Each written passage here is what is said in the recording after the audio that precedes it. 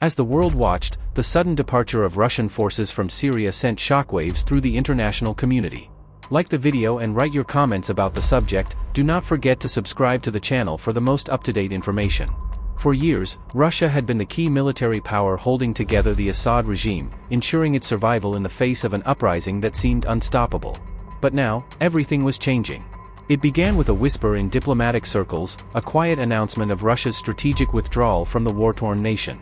At first, the move seemed like a temporary tactical retreat, a shift in focus. But within days, it became clear that Russia was pulling out for good. The Russian troops, once the backbone of the Assad regime's defense, were packing up their equipment and evacuating the key military bases they had long occupied. In the wake of this unexpected decision, the Syrian government, already weakened by years of civil war and external pressure, began to crumble. Bashar al-Assad, the dictator who had clung to power with Russian support, found himself isolated. The walls of his regime, already cracked and fragile, began to collapse under the weight of this new development. His forces, demoralized and scattered, were no match for the rapidly advancing rebel groups. With the departure of Russian military support, the rebels saw their moment to strike. The conflict that had raged for over a decade now turned into a race to seize control of the country. The cities that once stood under Assad's rule quickly fell into rebel hands. In the streets of Damascus, once bustling with the power of the regime, chaos spread as loyalist forces were pushed out. The military infrastructure that had been propped up by Russian backing was now useless against the relentless rebel push. The world watched as the Assad regime, once thought indestructible, disintegrated before their eyes. Within weeks, Syria had transformed. Major cities, including Aleppo and Homs, which had been battlegrounds for years, were now fully under rebel control. The once powerful Assad government was reduced to little more than a symbol of a past that could no longer hold. This dramatic shift in power was not just a victory for the rebels, but a seismic shift in the Middle East. Regional powers quickly recalibrated, alliances that had been held together by Russian influence began to unravel. The fall of Syria to the rebels wasn't just the fall of a government, it was the collapse of an entire geopolitical order that had been in place for over a decade. In the wake of this chaos, the future of Syria was uncertain. With the Assad regime in ruins, rebel forces fractured into factions, each fighting not just for control of Syria, but for their own vision of the future. The country was now a battlefield not just between government and opposition, but between competing ideologies, each one eager to shape Syria's future. And as the dust settled, the international community was left grappling with the aftermath of a nation torn apart by war and betrayal, its fate hanging in the balance. What had seemed like an unthinkable event just months ago, Russia abandoning Syria and the collapse of the Assad regime, had now become reality. And as the world braced for what would come next, one thing was clear: the story of Syria was far from over. Any particular readiness to fight for its country, and then we can see that they actually included a phone number for the Russian embassy. It appears, however, that the Russian embassy may not be in operation for that much longer, as we are now hearing the Russians making statements that not only should they take commercial flights, but the Russian citizens inside Syria should immediately leave the country regardless of the circumstance and find any way out possible. That will be a lot more difficult, as Lebanon and Jordan have now completely closed off their borders to the Syrian Arab Republic and are not allowing anyone to exit the country at this time. Meanwhile, we are also starting to get reports that not only rebel forces still rapidly advancing towards the last major city outside Damascus that is under Syrian Arab Republic control under the Bashar al-Assad regime, the city of Ms. It appears that now, the Assad regime is losing some of the key cities and the major population centers south of Damascus, a death nail for the Syrian Arab Republic, which I'll be explaining in a moment. But nevertheless, we were able to see that the Druze people, who make up the large majority of the Syrian population living in the southern side of the country south of Damascus, have begun to rise up in support of the rebel forces. Were unclear which rebel forces they were aligned with either it is the HFT, I believe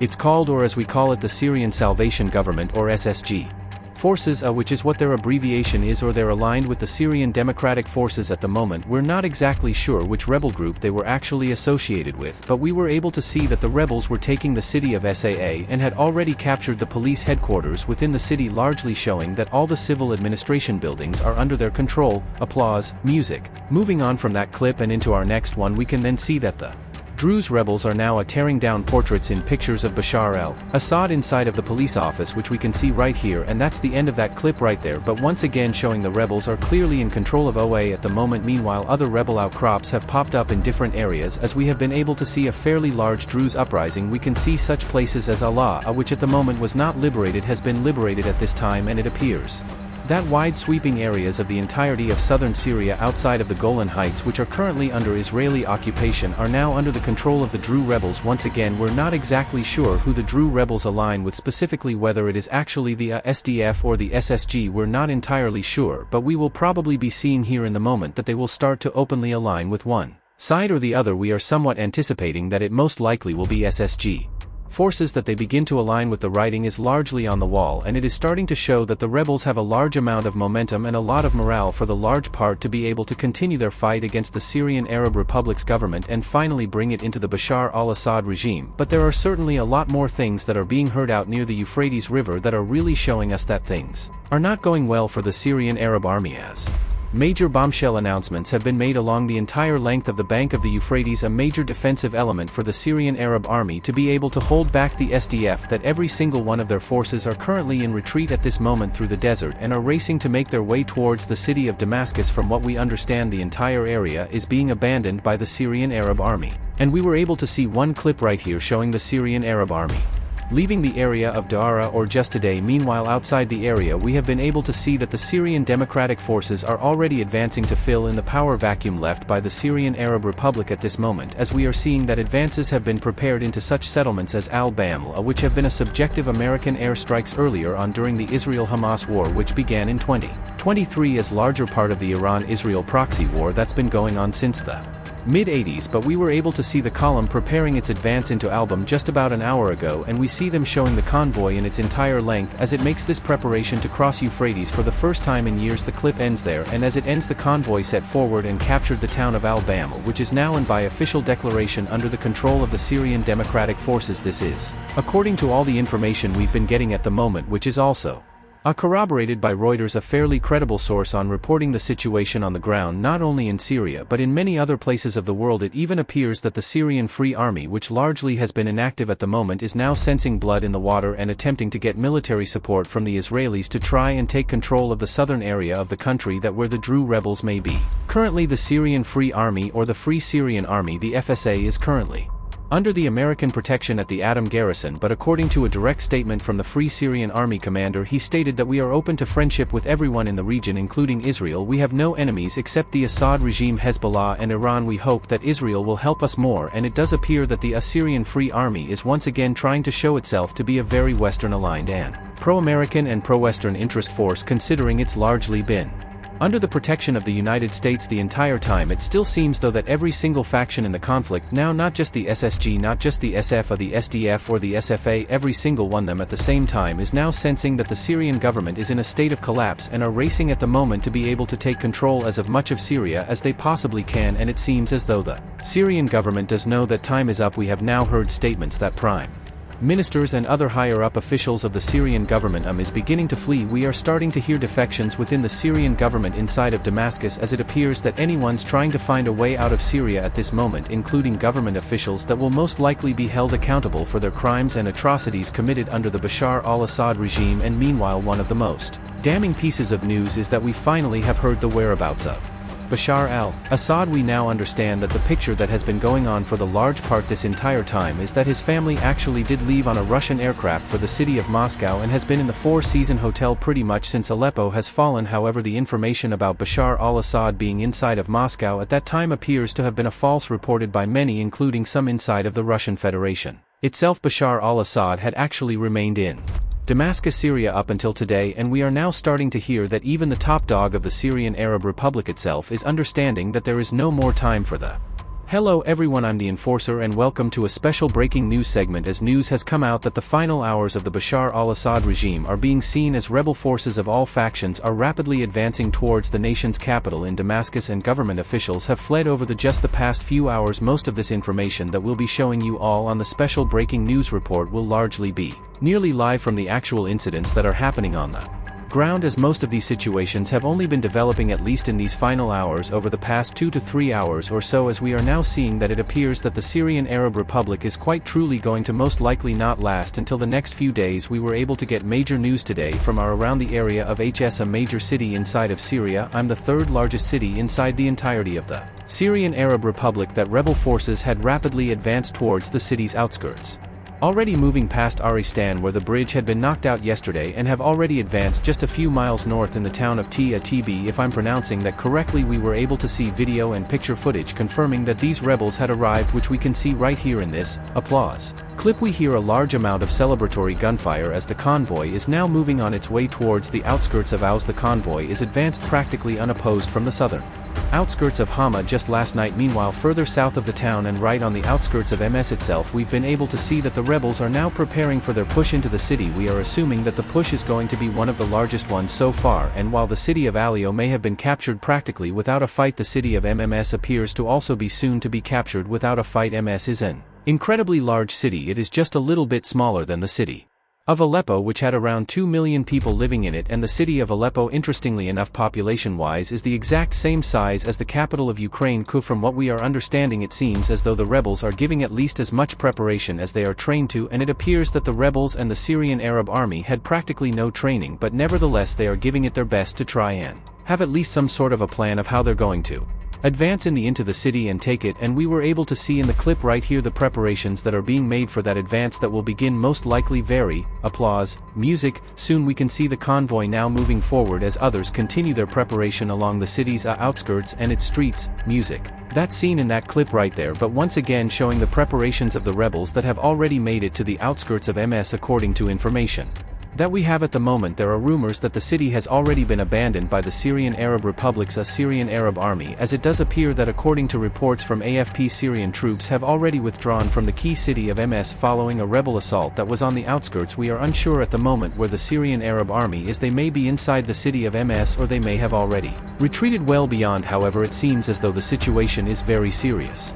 And while the Russian Federation is firing off some of its final shots in anger, crazily enough, in the Syrian civil war, it appears that nothing can be done to stop the advance of rebel forces as they continue to topple and overthrow the Bashar al-Assad regime, which has been embroiled in civil war for nearly 12 years. Here's footage of a Russian Ka-52 on the outskirts of He's conducting an indirect rocket barrage on the incoming rebel seas, and a last-ditch desperate attempt to at least try and slow the advance of the rebels. These efforts so far have proven unsuccessful as the rebels have marched on their way from Idlib towards Hama, and from Hama to right. Moving on from that clip, it does appear that the Russian Federation, even along the coastline, is starting to get an understanding that their time is nigh, and the final hours of the Bashar al-Assad regime has come upon them, as well as the final hours of Russian military occupation and Russian military involvement in any area of the Syrian Arab Republic. Just south of the city of Latakia is the Latakia military airfield, also called the Basel al-Assad International Airport. This airport has been used a significant amount of times throughout the Syrian civil war by the Russian Federation's armed forces, including especially the Air Force, as the Russian Air Force has used this base as pretty much a staging point for close air support operations inside of Syria on a tactical level to support the ground forces. From what we understand, the situation strategically is no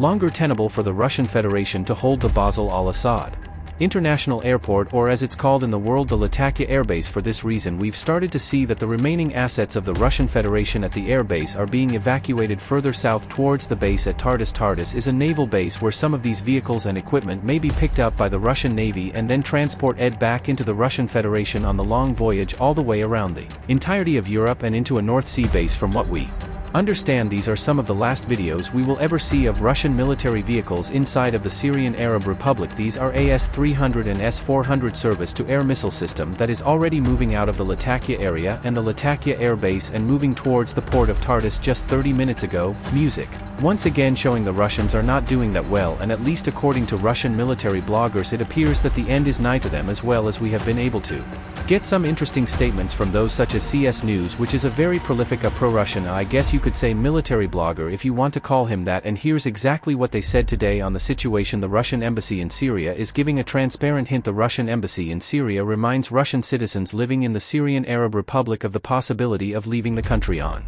commercial flights through operating airports. The situation in the country is heating up with each passing hour, and according to reports from the field, the militants have already reached the outskirts of MS. If they take the city and make a dash to the border with Lebanon, the governance of Tartus and Latakia, where the Russian military bases are deployed, will be cut off from the rest of the country. Army and tactical aviation of the Russian aerospace forces are doing everything possible to slow down the militants' advance, but without support on the ground this is unlikely to succeed, and the Syrian army is not yet showing Syrian Arab Republic to live, as we are now hearing that Bashar al-Assad is to leave Syria for the last time to flee to the Russian Federation. It is an absolutely amazing thing to think that the Syrian Arab Republic is finally collapsing, and I have to say that it is an absolutely wonderful thing to see that the Russian Syrian Arab Republic will finally fall. The implications are major, as the Russian Federation is quite truly finally leaving their bases at Latakia and Tartus for the final time. The Russian Federation will no longer be able to exert any form of at least physical influence over the area of the Middle East. No longer will the Islamic Republic of Iran be able to use the territory of Syria to continue to funnel and arm the forces of Hamas and Hezbollah against anti-Western and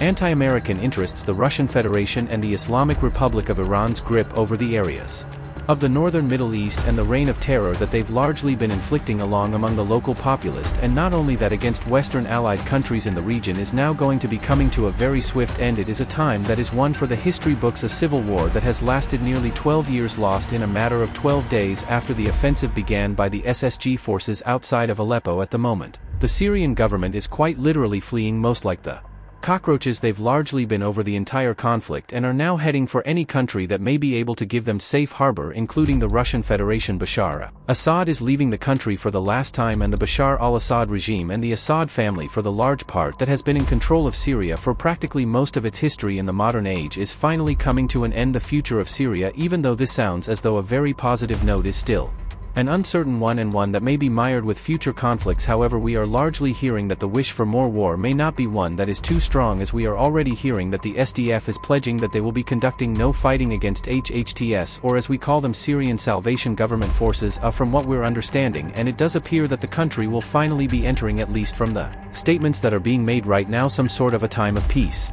And we're already seeing that some people are already beginning to take advantage of the fall of the Assad regime, as some people who have been living as refugees, especially in cities like Idlib, since pretty much the very beginning of the Syrian civil war, are finally getting in their cars and returning home to their houses inside of the cities of Hama and SS to once again try and return back to their lives as they were nearly 12 years ago. The beginning of the civil war. BL, music, BL.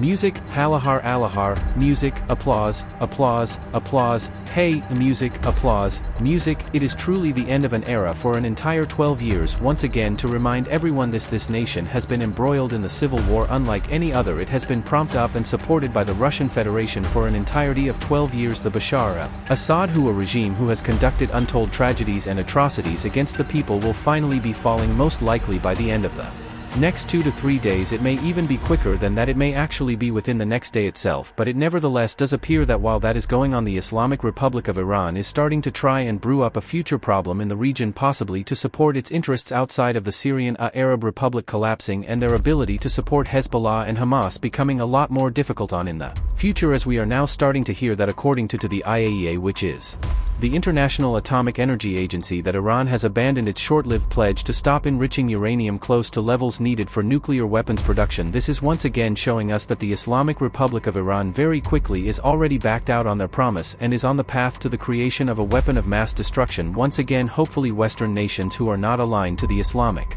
Republic of Iran will see the danger in a nation becoming a nuclear power, especially a nation as uncertain and unstable as the Islamic Republic of Iran. And with that in mind, hopefully we will see that actions will be taken very swiftly to ensure that the Islamic Republic of Iran is not able to recover itself from such a major blow as the fall of the Assad regime and create some sort of a nuclear weapon, which will now make it a serious force to deal with inside of the Middle East. Meanwhile, the Russian Federation is not only losing grip over the Syrian Arab Republic, they're even losing grip over their puppet states inside of Georgia, as West Abkhazia recently underwent a coup of its own, where the president of the West Abkhazian region was overthrown by the people themselves and an opposition party was installed. It appears that the Russian Federation is not happy with the opposition party, which is something that we really did not know for some time, as the Russians have really never made a direct comment on what happened in the coup. Nevertheless, their actions today with the sanctioning of West Abkhazia, which will make sure to tell you all exactly what is being sanctioned at the moment. Moscow has launched a trade war against Abkhazia and has suspended all co-financing in Abkhazia except for pensions, and Russia has also banned the import of tangerines, which is a major agricultural production of the Abkhasian region, into the Russian Federation. It appears that the Russian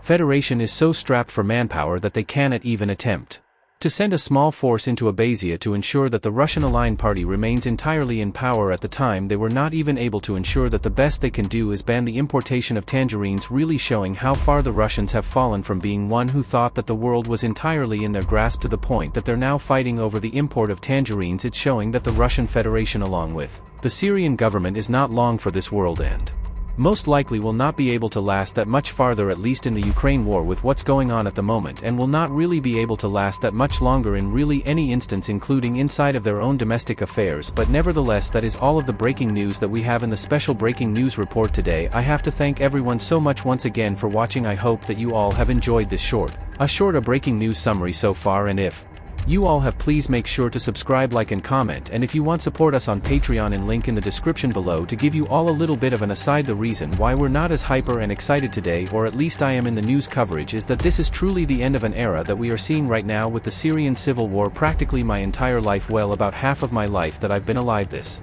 Syrian civil war has been ongoing. For many of y'all who do not know, I was actually around 10 years old when the Syrian civil war began, and now at 22 years old, this war that has been broiling in the background the entire time that I've pretty much been alive, it's finally coming to an end. It's a pretty wild thing to see, and once again there's a lot of questions about what the future may bring inside the Syrian Arab Republic, whether it'll be a good thing or not. But it is still wild to think that now that I have gotten to the point that I can cover news on a news channel, we are seeing the end of the Syrian civil war as it has existed for 12 years. Government forces are falling, and the rebel forces are now going to be the ones who dictate the future of what the Syrian Arab Republic will look like. It is a really wild thing to think about. It's actually incredibly surreal, but nevertheless it's the first time that we've seen an actual direct defeat against the Russian Federation and its control outside of its own borders, and hopefully that'll be echoed not only in Syria but in Georgia and Ukraine as well.